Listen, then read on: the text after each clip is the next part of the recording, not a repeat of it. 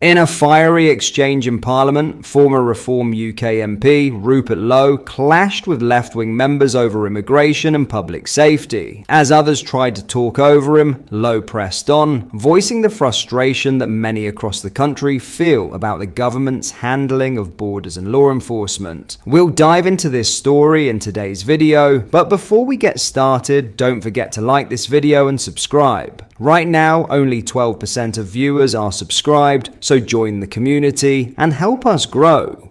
He argued that those in power have lost sight of their first duty, to keep the British public safe. Instead of dealing decisively with offenders who should never have been in the country, politicians, he suggested, have become more concerned with appearances than accountability.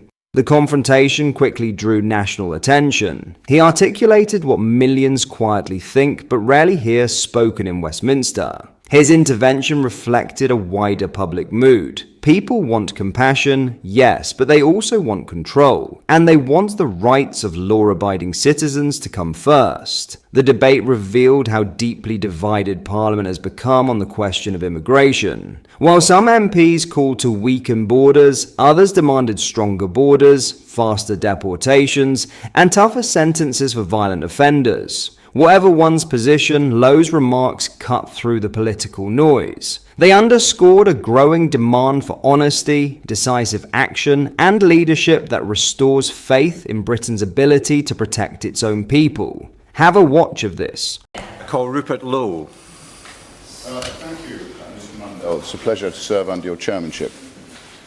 The ECHR, what does it actually mean for British people?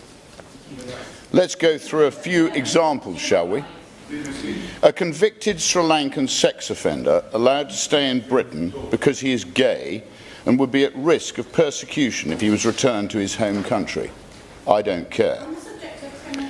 A Jamaican drug dealer was jailed twice, allowed to stay in Britain after claiming his removal would breach his right to a family life. I don't care. A Zimbabwean jailed for killing a man in a car crash. Can I continue? No. A Zimbabwean jailed for killing a man in a car crash, allowed to stay in Britain after it was discovered he had an illicit love child. I don't care. A convicted Indian paedophile allowed to stay in Britain by claiming the move would harm his children. I don't care. An Albanian criminal was allowed to stay in Britain partly because his son will not eat foreign chicken nuggets. I definitely don't care. We hear so much of the human rights for foreign paedophiles, sex pests and murderers. Is not giving way. Members may disagree with what he's saying, but we will conduct this in an orderly way. What about the human rights of the British people? The right not to be raped, stabbed and killed by foreigners who should never have been in our country to begin with. Please spare me the continued moral outrage. Mr. Lowe, sorry, Ms. Commerce is making a point of order. Yes. The honourable gentleman just referred to the fact that someone, it just mentioned a few moments ago, that someone... That is not a point of order. It is not a point of order in relation to the content of his speech. What's wrong? Mr. Lowe. Please spare me the continued moral outrage. I am bored of it. The British people are bored of it. It is not cruel to deport criminals. It is not inhumane to defend our own citizens. What is cruel and what is inhumane is allowing foreign killers and sex offenders to walk amongst us in the name of the human rights they should have forfeited the moment they committed their crimes. You can all sit here and persuade yourselves otherwise, but one simple fact remains. The British people want them gone, not some of them, not most of them, all of them. What happens on return to their own country is quite simply not our problem. The solution is three straightforward steps. Step one, leave the ECHR, remove all other legal obstacles to mass deportations, restore Britain's new 100-page plus policy document proves it can be done. Second step.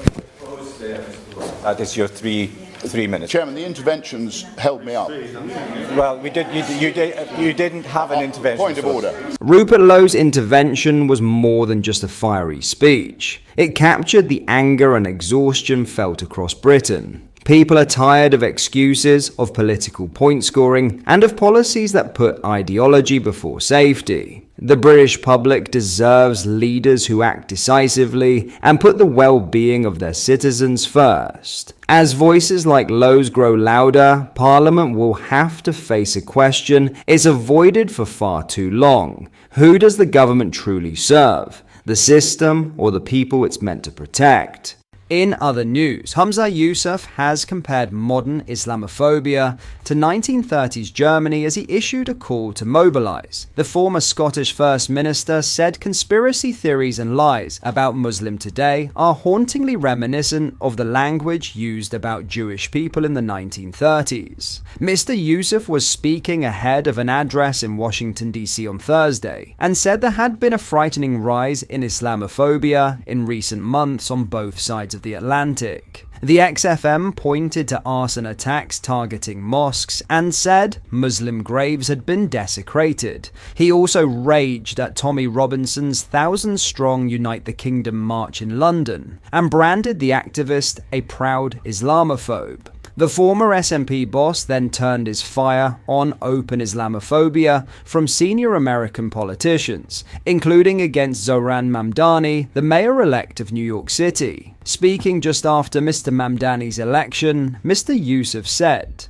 "A wonderful victory for the inspirational mayor-elect Zohran Mamdani. He ran on a bold and radical agenda, all while facing down anti-Muslim bigots. Progressives on both sides of the Atlantic should take note. Excited to see Mayor Mamdani in action, Mr. Yousaf said it was incumbent on those who hate Islamophobia to unite against it, urging people to get organized and mobilize across borders to tackle this growing threat. Prior to his speech at Georgetown University, he said, "Many Muslims in the US tell me they are living in fear and worry about their rights as citizens being stripped away from them without notice or due cause." Mr. Yousaf added, "We know the far-right forces across the Atlantic are supporting each other and sharing disinformation." He continued, "I will be working with allies in the fight against anti-Muslim hatred, both at home and in the US, to create a transatlantic alliance to tackle Islamophobia.